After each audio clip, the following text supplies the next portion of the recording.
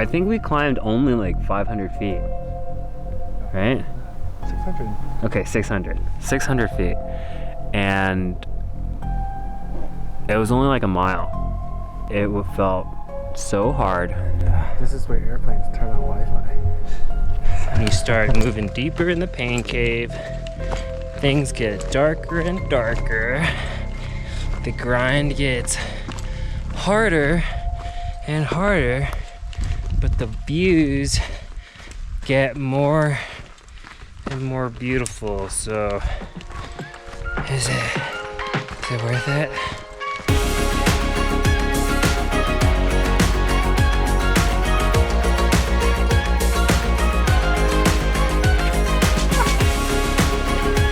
Okay, we're gonna look very different.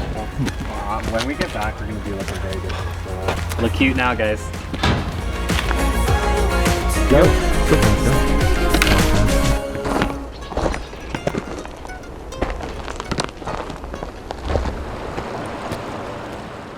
So a lot of my friends know that I'm a pretty competitive person. Eating contest at the seafood buffet? Sure.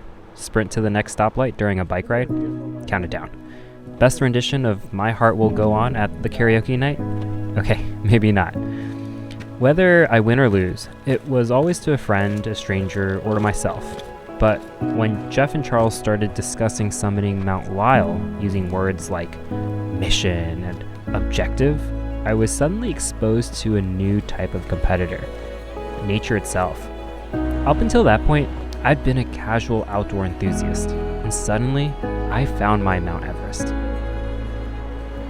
Mount Lyell is the tallest peak in Yosemite National Park, topping out at 13,120 feet and is home to one of the last remaining glaciers in the park.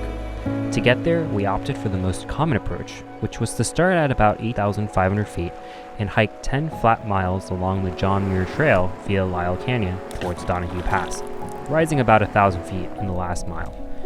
We then planned to camp at the foot of the glacier and push for the summit the next morning, which would consist of 2,500 feet of climbing within 2 miles. This was going to be a longer trip than anything I had done in the past. But I just dropped my bonus on a bunch of ultralight gear, done a few local hikes that All Trails said was hard, and ate my Wheaties. This felt like a pretty easy battle to win. Little did I know, I was about to quickly acquaint myself with terms like altitude sickness, the pain cave, and learn that winning a competition with nature might simply be to quit while you're ahead.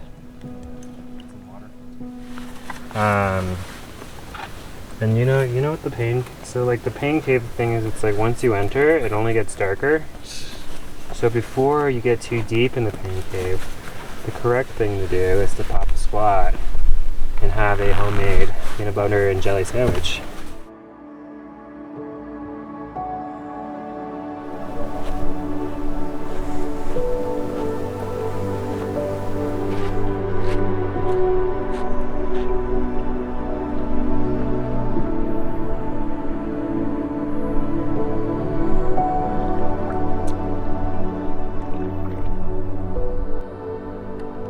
Tuolumne Meadows is one of the most beautiful places I had ever seen.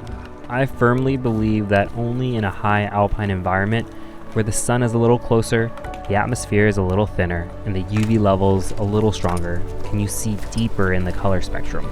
Discover what blues, reds, greens, and yellows truly look like. I keep thinking to myself, if only I could bring Hayao Miyazaki here, what wonders would he be able to create?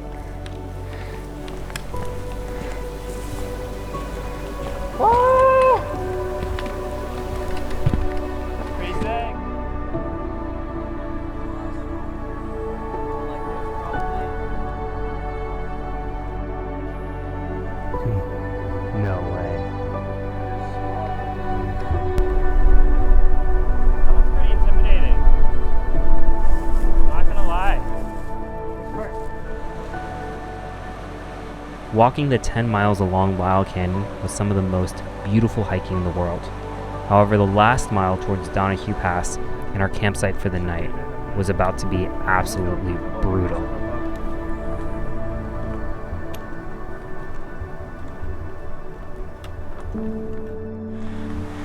This is the point where I can't shoot myself anymore because the very thought of walking back and picking the camera just sends lactic acid thunder into my thighs and in places that I don't even want to know.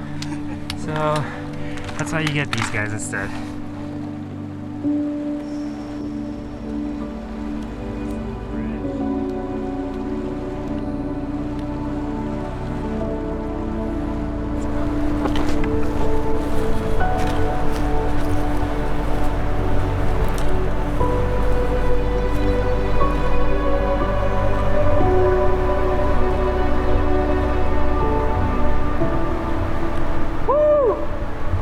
I'm absolutely awestruck by how beautiful it is. Just the light, looking at the glacier back there.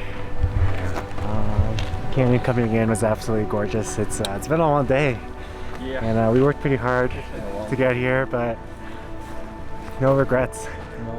No regrets. This is such a beautiful place. Yep, that's it. Arriving at the campsite at 10,300 feet, at the foot of a glacier in the shadow of Mount Lyell. We were extremely exhausted, but we felt really strong. Unfortunately, that night, I knew that something was pretty wrong. Yeah, I mean, you don't have to. I think it's just personal preference. Helmet on already? Sure. No, just getting a fix. Stay safe up there.